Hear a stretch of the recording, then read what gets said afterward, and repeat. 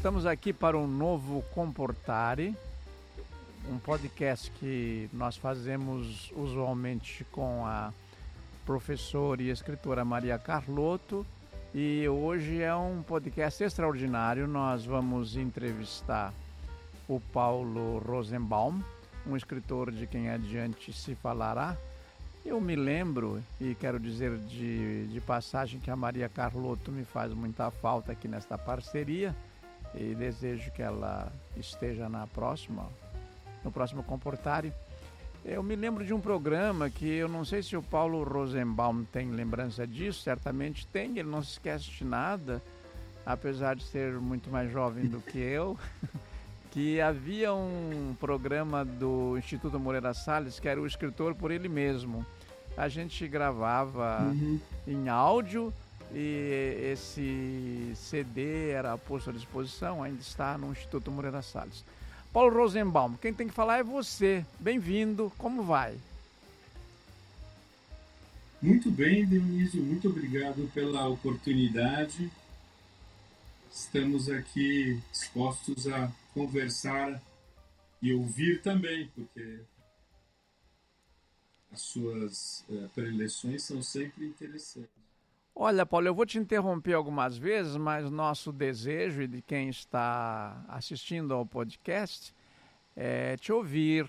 Eu começo dizendo o seguinte, que é para assim fazer um quadro de referência, não é? Para a gente situar. Você é um escritor de uma formação toda original no Brasil. Você é doutor em ciências, fez um romance extraordinário, que é Navalhas Pendentes, entre outras obras. Tive o prazer de ser teu editor nesse Navalhas Pendentes, do grupo editorial Almedina. Saiu também em Portugal. Além de ser publicado no Brasil, você fez lançamentos.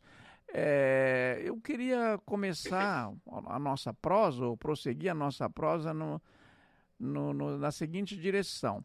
Como o programa tem esse título que eu acho muito interessante, Comportare, e você é médico que exercita a profissão, está no exercício da profissão, e pelo que eu depreendo, você tem uma especial predileção e conhece muito a homeopatia também, tem livros, aliás, sobre isso, que a gente falasse de uma coisa que está afetando muito assim para o bem no quadro atual de escritores e suas profissões, que é o seguinte: nós acabamos de publicar quase que simultaneamente ao Navalhas Pendentes um livro da Regina Helena Paiva Ramos, Vento Endiabrado, um romance muito bom, e ela escreveu esse romance depois dos 90 anos. Há vários escritores escrevendo boas obras depois dos 60 anos, na chamada terceira idade.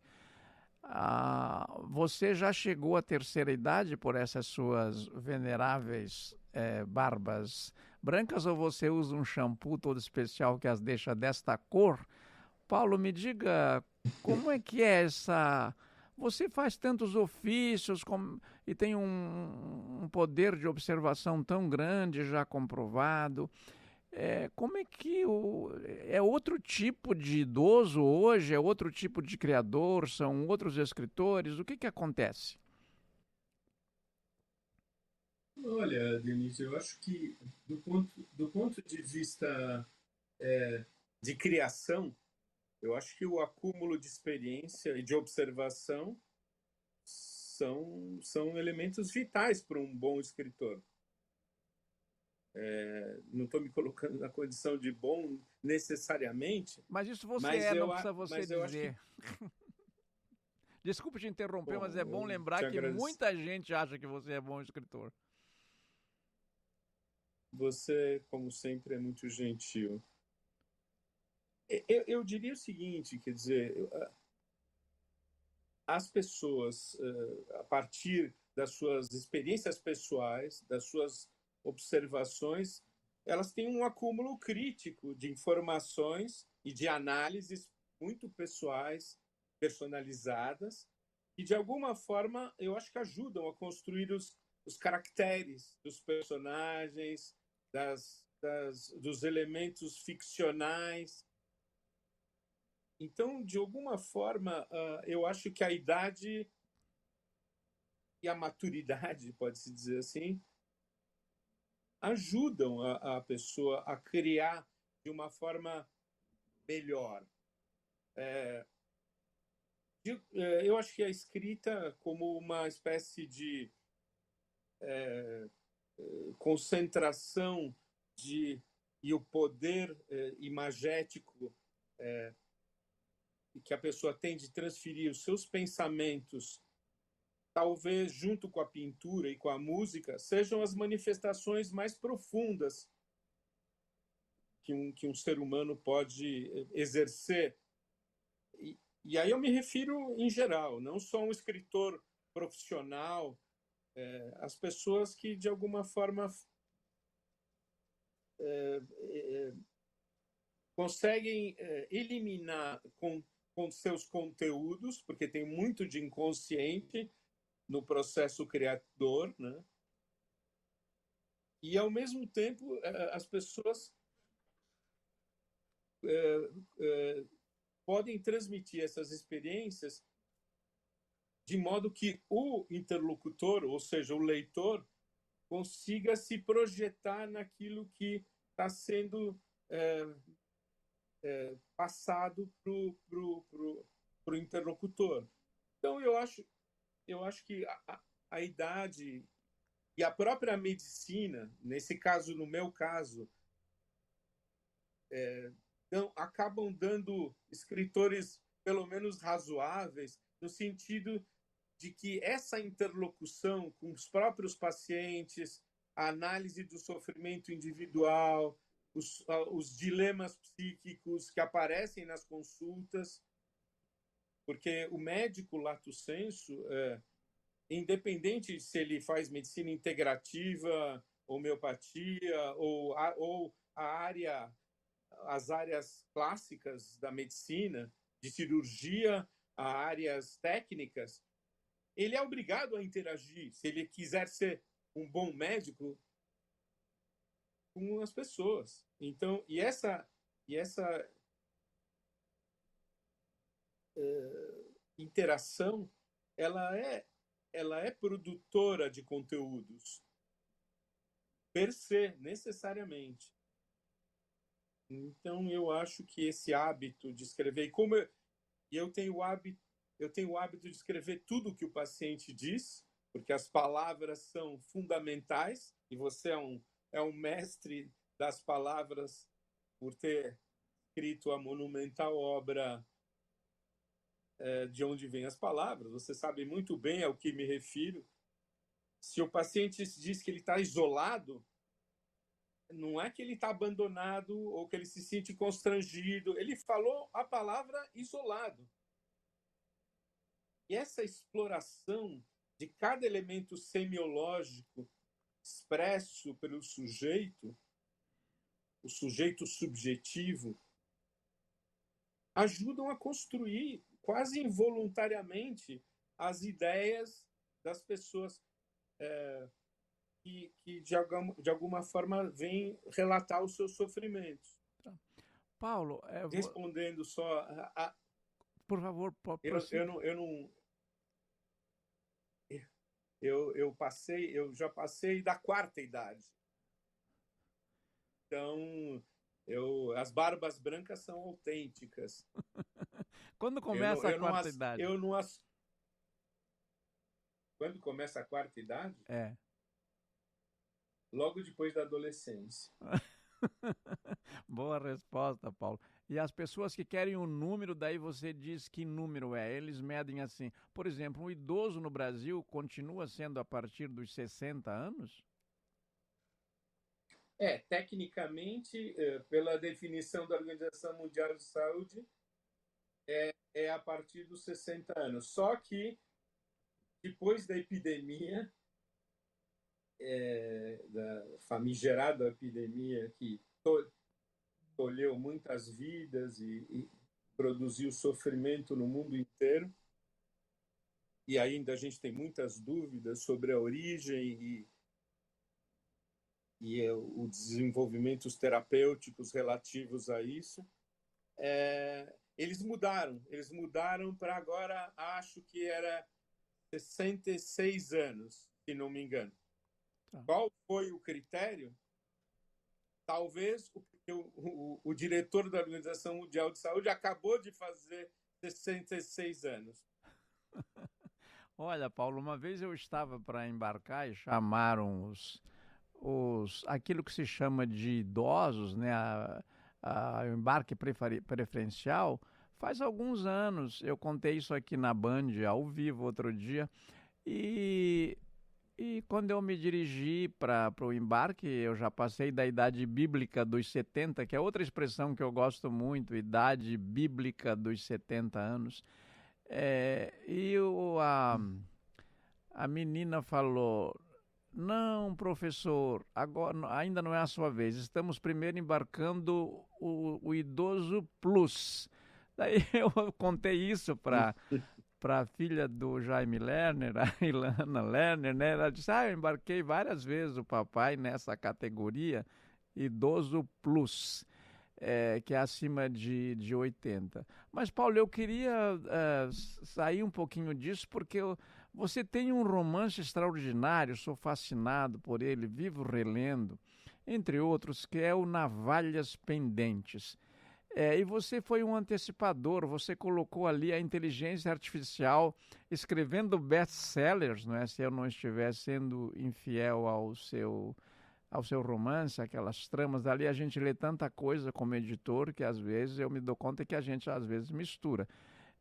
Mas este livro, quem abre, quem começa a ler, já fica pego assim logo aos primeiros parágrafos, às primeiras páginas, porque você não sabe bem ao que vem, e sobretudo para quem escreve, que são essas pessoas que estão escrevendo, de quem nós estamos falando agora, é um encanto especial, não é? Porque você vai dizendo como é que se produz o livro, como é que se produz uma narrativa.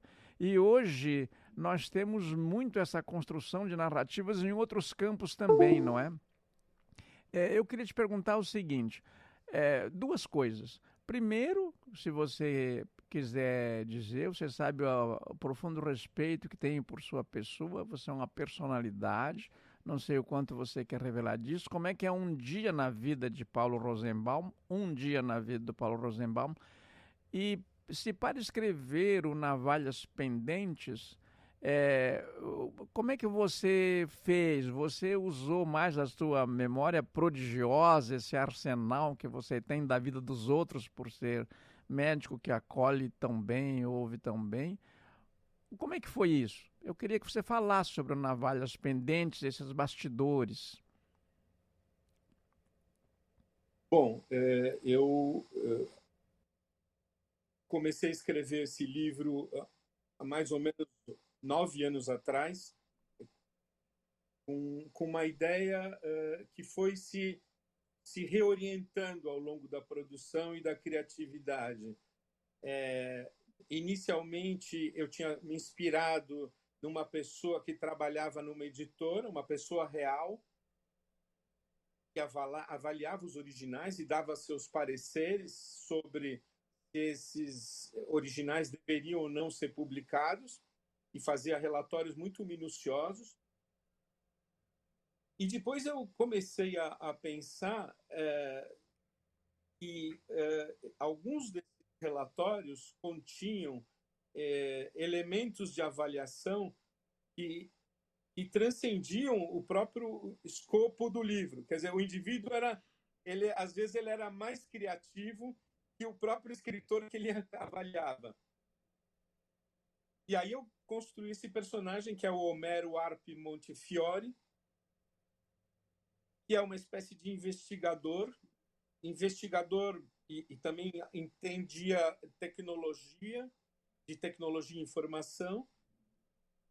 E ele, ao avaliar determinadas obras, começou a perceber um certo padrão que ele não conseguia saber se era produção feminina de uma autora ou de um autor, e começa a ficar em dúvida, porque esse autor era muito enigmático. Ninguém tinha o e-mail, ninguém conhecia essa pessoa, os contratos eram sigilosos, e até que ele, digamos, à revelia, ele acaba descobrindo um plot, uma espécie de organização criminosa, porque, em geral, as pessoas descobrem sem querer determinadas tramas, e ele percebeu que ele estava no meio, sem,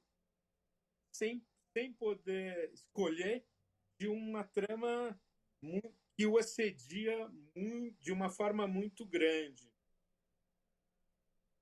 E isso era a produção de best-sellers sequenciais dessa editora, que é a Foster Inc., que é uma incorporação de um dono de editora muito polêmica. E, ao ouvir isso, ele imediatamente detecta e começa a ser perseguido. Mas ele mesmo não sabe por que ele está sendo perseguido. Nesse sentido, obviamente, a inspiração é o processo do Kafka, que é um processo um pouco enigmático, a pessoa não sabe, daí vem o termo kafkiano, ou seja, o indivíduo não sabe, ele está num labirinto de acusações e não sabe bem a quem deve responder para se defender. E até que ele vai, eu vou dar o spoiler, porque eu acho que é importante que as pessoas saibam. Sim, sim. Ele vai descobrindo que a trama tem a ver com essa personagem supostamente feminina que produz esses best-sellers em série. Na verdade, é uma máquina. É uma máquina com algoritmo que consegue, a partir de obras descartadas de outros escritores, que em geral vão para fazer tirinhas de papel, como vem nos contratos das editoras, estavam sendo utilizados por essa máquina para produzir algoritmos inteligentes que levavam à produção do que as pessoas queriam ouvir, ou seja, best-sellers de ocasião, pode-se dizer.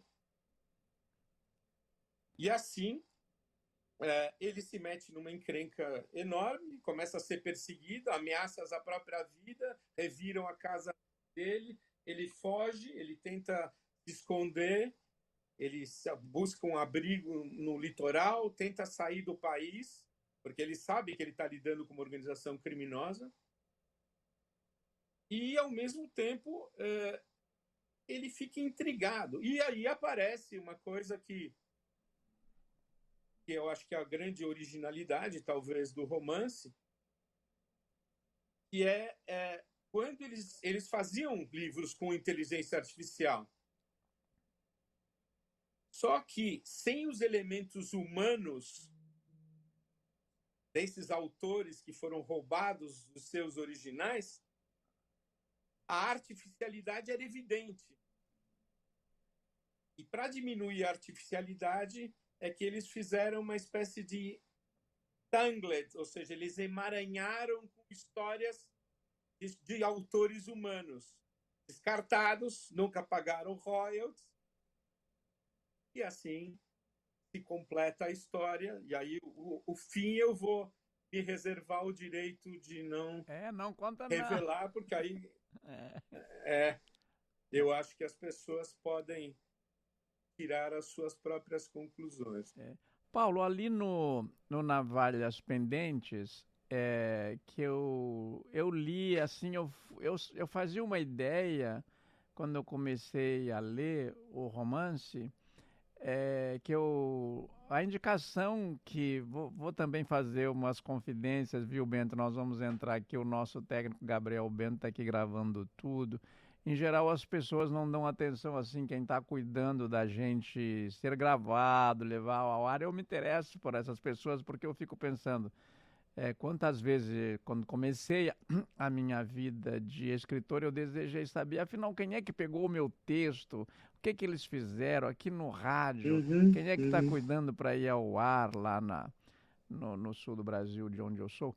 Mas não é de mim que eu quero falar de você. Eu comecei a ler aquele romance e não sabia muito pouco de você, e aí pensei assim, essa pessoa deve ter no máximo uns 30 anos, porque é uma vitalidade extraordinária, e o mundo em que aquelas tramas se dão, elas mostram assim agora para mim, está claro, depois que eu te conheci e tal, que há um menino no escritor, e esse menino não morre nunca, senão ele não seria escritor.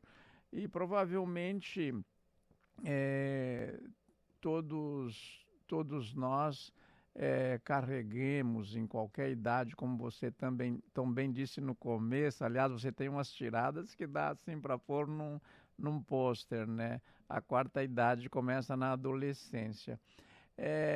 Eu vi assim que tinha uma vitalidade, uma pluralidade de personagens, às vezes aparece assim num relâmpago apenas, e depois elas voltam e estão muito disfarçadas, bem uma coisa assim que fascina. E quem me indicou essa leitura foi a Lisley, né? A Lisley Querida amiga, sim. a Lisley, ela é uma pessoa extraordinária. No fundo, o povo do livro no Brasil, o livro é para tão poucos, infelizmente, que o povo do livro, em geral, a gente se conhece, quem está fazendo o quê, aonde, e é tão bonito isso. Eu não. É muito frequente eu ouvir assim, Dionísio, você publicou um livro, a Almedina publicou, a Minotauro publicou, né? Você publicou um livro que é diferente. O leitor lê e imediatamente recomenda. São poucos livros assim. Ele lê e recomenda outro. E eu tenho notado que isso é frequente no seu livro. Você quer comentar isso e a seguir responde aquela pergunta que você não respondeu? Mas pô, eu sou que nem aquele Pequeno Príncipe lá. Você ainda não respondeu tal coisa lá no Saint-Exupéry. Que, aliás, o Pequeno Príncipe foi publicado originalmente em inglês, né?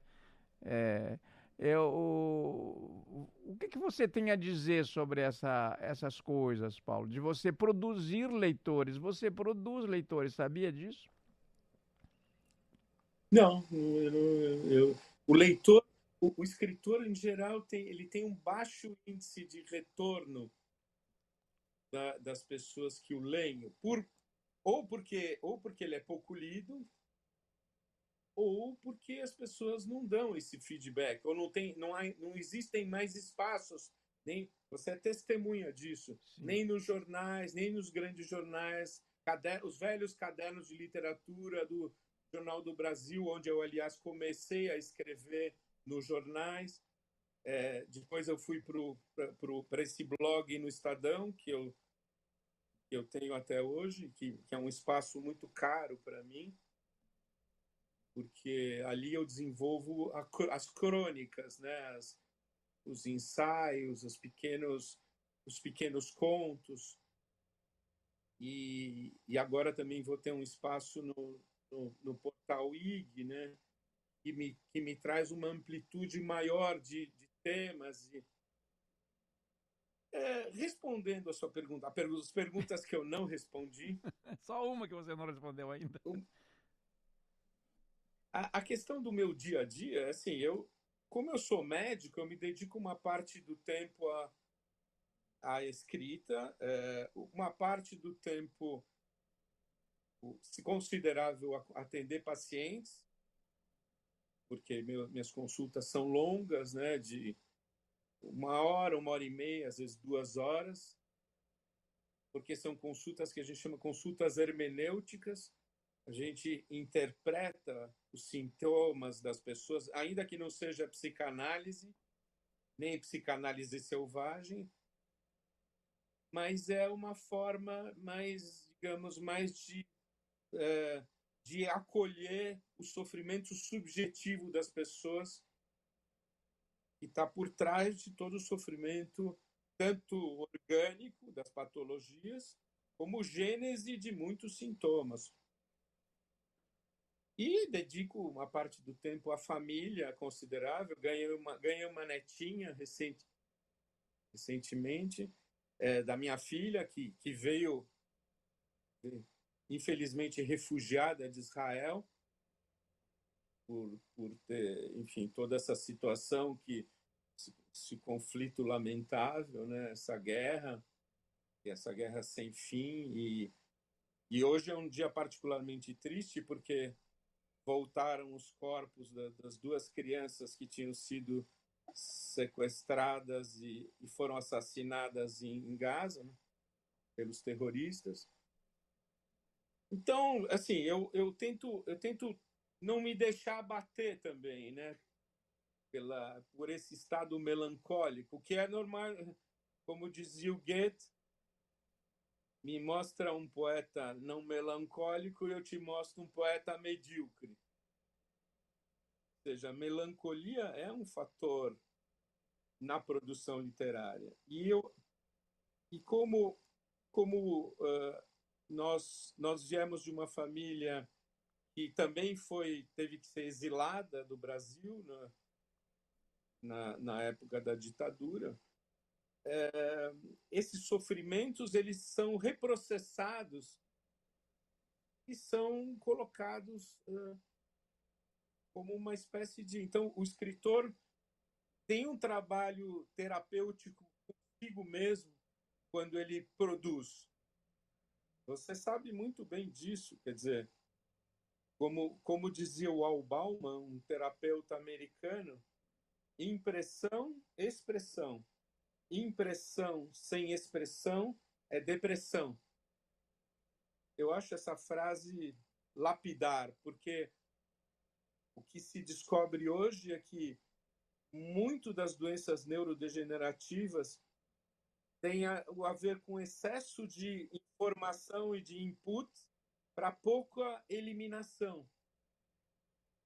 Poucos momentos em que as pessoas se dedicam a se expressar. É muita poluição visual de informação e poucos momentos em que a pessoa tem para, digamos, desenhar, pintar, fazer música ou fazer qualquer atividade artística. E eu acho que, então, a escrita, eu só tenho a agradecer à literatura, porque ela me permite isso. E se me permite, como um extra, que ela me dê retorno de pessoas que conseguem dividir as minhas experiências com elas, é uma dupla bênção, enfim. Tá. Paulo Rosenbaum, nós estamos aqui falando com Paulo Rosenbaum. Eu queria de passagem dizer, acho indispensável dizer isso, que eu estou, quer dizer, no Brasil em geral, quem não tem lado tem, né? E eu tenho lado, né? Eu já escrevi um romance sobre o Stefan Zweig, né? Lá no ano de 2012 publiquei. Nós tivemos um escritor judeu que foi acolhido aqui no Brasil, que é o Stefan Zweig, com a Charlotte, sua esposa. E quando eu te ouvi, eu me lembrava que a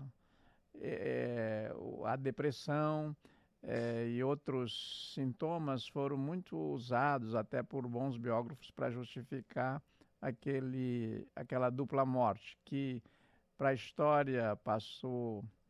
Aquela dupla morte passou como duplo homicídio e como duplo suicídio, como você acha, como você sabe, já conversamos sobre isso. Se você leu o Stefan Zweig Deve Morrer, que foi publicado também com o título de Lot Zweig, eles foram, para mim, a minha convicção, eles foram assassinados ali em Petrópolis numa noite sem testemunhas. Mas eu estou sempre caindo na tentação quando falo com você, que é de falar também das coisas que eu fiz. Eu queria retomar o bom caminho, falar das coisas que você fez, vem fazendo, e só quis dizer que você conte comigo, o povo de Israel merece uma solidariedade mundial.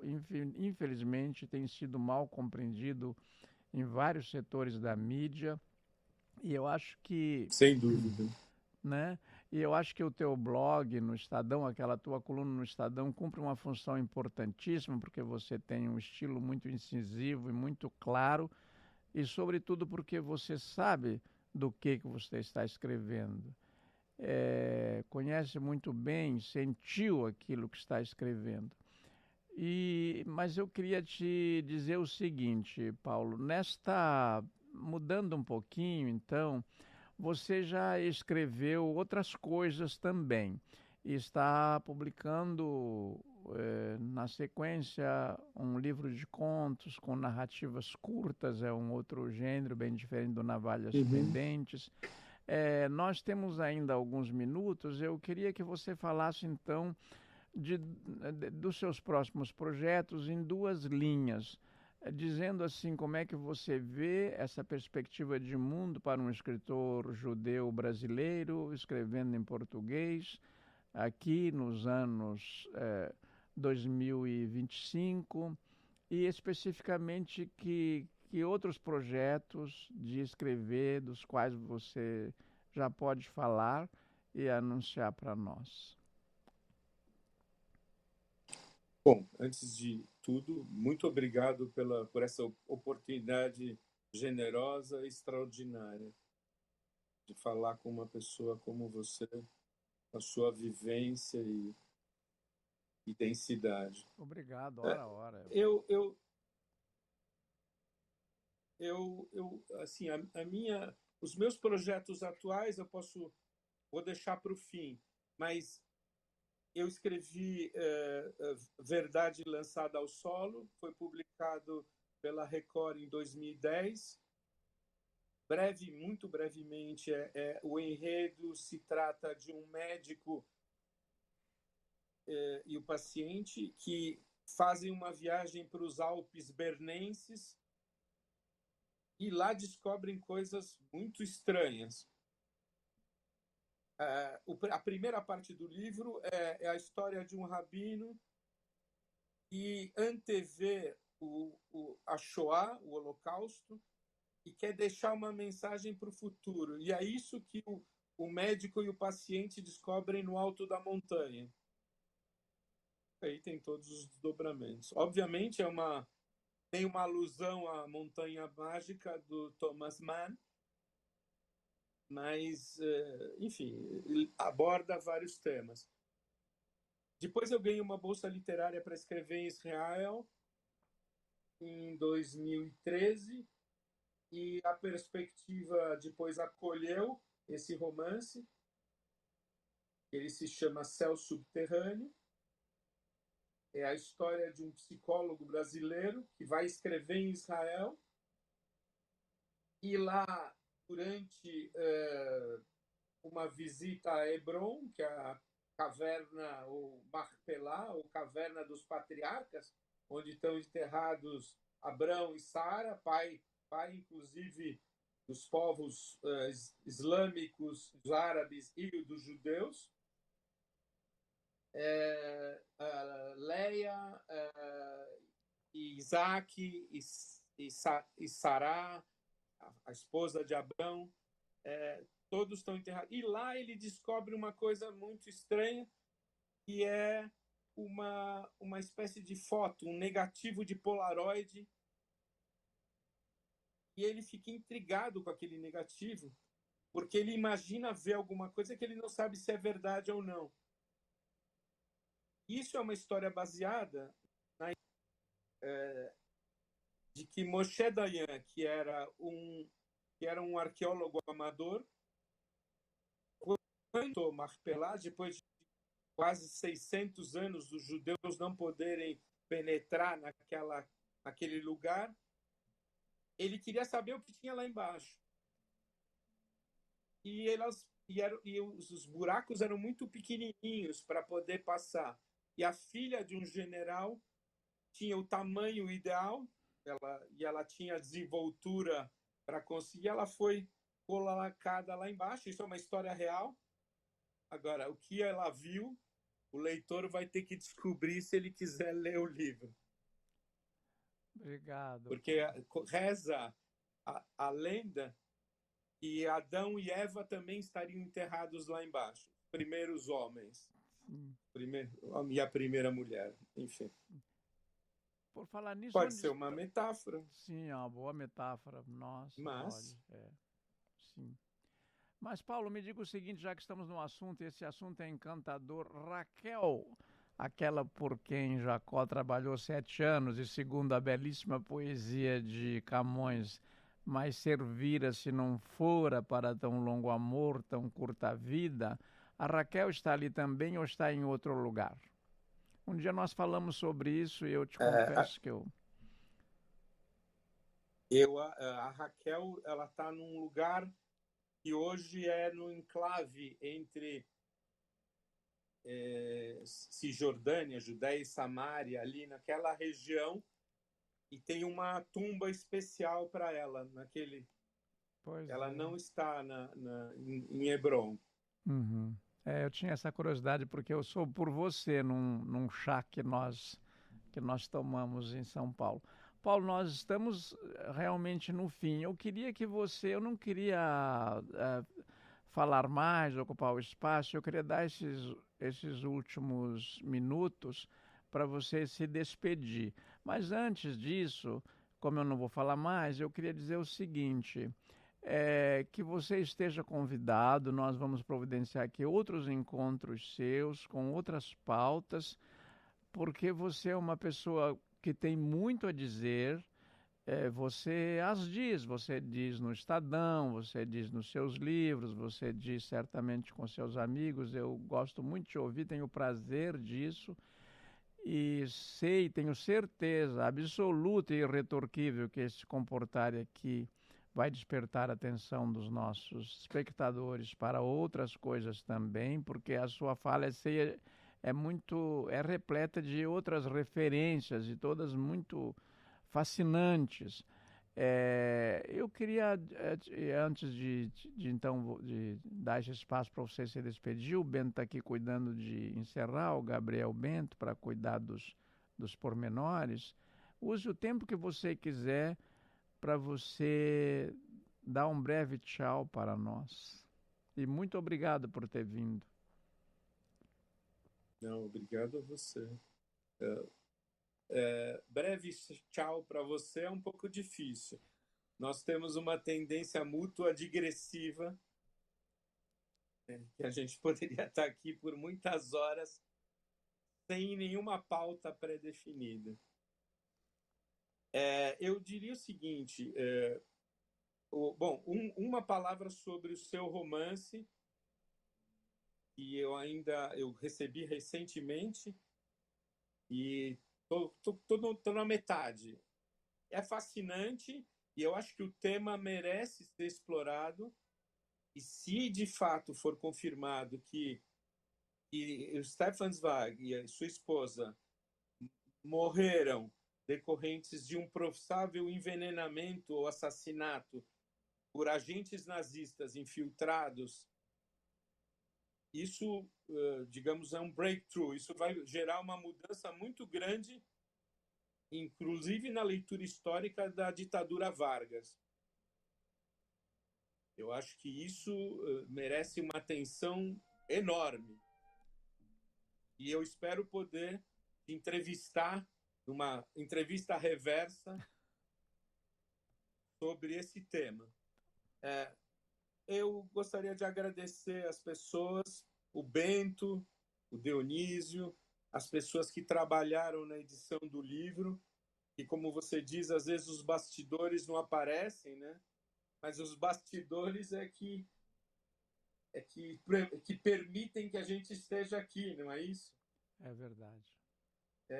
E eu diria que as pessoas, eu gostaria que as pessoas lessem e, se possível, me dessem um feedback do que elas acharam, porque é assim que o eleitor se alimenta espiritualmente. Então, muito obrigado, Paulo Rosenbaum, por essa sua generosidade, sempre inesgotável. Eu vi que você cancelou consultas, postergou compromissos, achei isso comovente. para fazer essa conversa conosco. Eu vou encerrar ia só dizer muito obrigado e tchau, mas eu me lembrei do seguinte, a propósito dessa sua observação pela qual não esperava, que este ano de 2025 completam-se 80 anos, não é, do final da Segunda Guerra Mundial, onde soldados brasileiros, enfim, o exército brasileiro em terras italianas, na Força Expedicionária Brasileira, obrigou o poderoso exército alemão, que não era fraco, era fortíssimo, a render-se nos campos da Itália. E lá eles são lembrados sempre, todos os anos, com muita simpatia, os soldados brasileiros que venceram os nazistas e fascistas e todos os que combatiam contra os aliados naquele período. E aqui no Brasil, eu não estou vendo, posso estar enganado, nenhuma lembrança muito ativa sobre essa efeméride dos 80 anos, não é? E você é um intelectual, aproveito para dizer, você é um intelectual independente, muito lúcido, muito combativo, em vários espaços.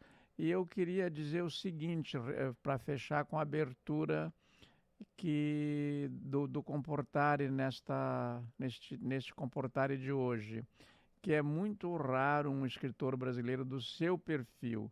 E para nosso privilégio, hoje nós tivemos o gosto de te ouvir, além de te ler.